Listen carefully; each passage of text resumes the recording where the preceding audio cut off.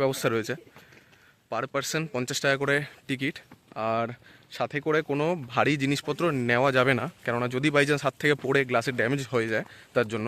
আর তবে এর জন্য চিন্তা করার দরকার নেই, ভারী জিনিসপত্র যা আছে তোমরা যদি রাখার জায়গা ওনারাই দিয়ে দেবেন, ওনাদের কাছেই রেখে দেওয়া যাবে। আর এখানে গিয়ে জুতো কাছে ওঠার আগে জুতো খুলে উঠতে হবে, ঠিক আছে? জায়গাটা কিন্তু দারুণ দারুণ একদম। এই যে আমার পেছনে গ্রাসের প্ল্যাটফর্ম একটা করা রয়েছে, সেটা দেখা যাচ্ছে। আর আশপাশটা একদম নিস্তব্ধ। আমরা যখন এসেছিলাম কিছু ট্যুরিস্ট ছিলেন, বাট এখন একেবারে ফাঁকা, শুধু আমরা দুজন। আর এখানে যারা টিকিট দেন, মেনটেনেন্স যারা করেন তারা, আর একটি মাত্র দোকান খোলা আছে। ওফ, কি ভিউ! আমরা এবার নামছি গ্লাস ব্রিজের দিকে।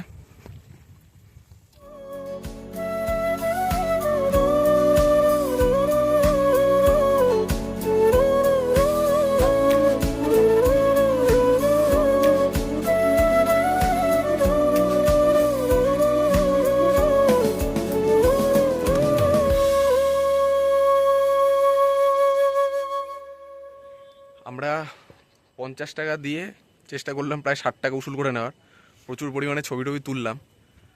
আর এটা বেশ কিছুক্ষণ এখানে কাটিয়ে আমার মনে হলো যেন আকাশের গায়ে একটা, পাহাড়টা যদি বাড়ি হয় তাহলে আকাশের গায়ে এটা হলো একটা সার্বজনীন ব্যালকনি তৈরি করা। টিকিট কাটো, ব্যালকনিতে এসে দাঁড়াও, হাওয়া খাও, ছবি তোলো, আনন্দ করো। এই জায়গাটাও দার্জিলিংয়ে আসলে ফাঁকা ফাঁকা থাকে, ভিড়ভাড় এলাকা ছাড়িয়ে বেরিয়ে আসলে এটা একটু সামান্য দূরে, বাট আরামসে ঘোরা যাবে, অনেকটা সময় কাটানো যাবে। কেননা বাকি দার্জিলিংয়ে আশা করছি বাকি যে জায়গাগুলোতে আমরা যাবো সবকটাই ভিড় থাকবে। এবার যাই, গিয়ে দেখাবো।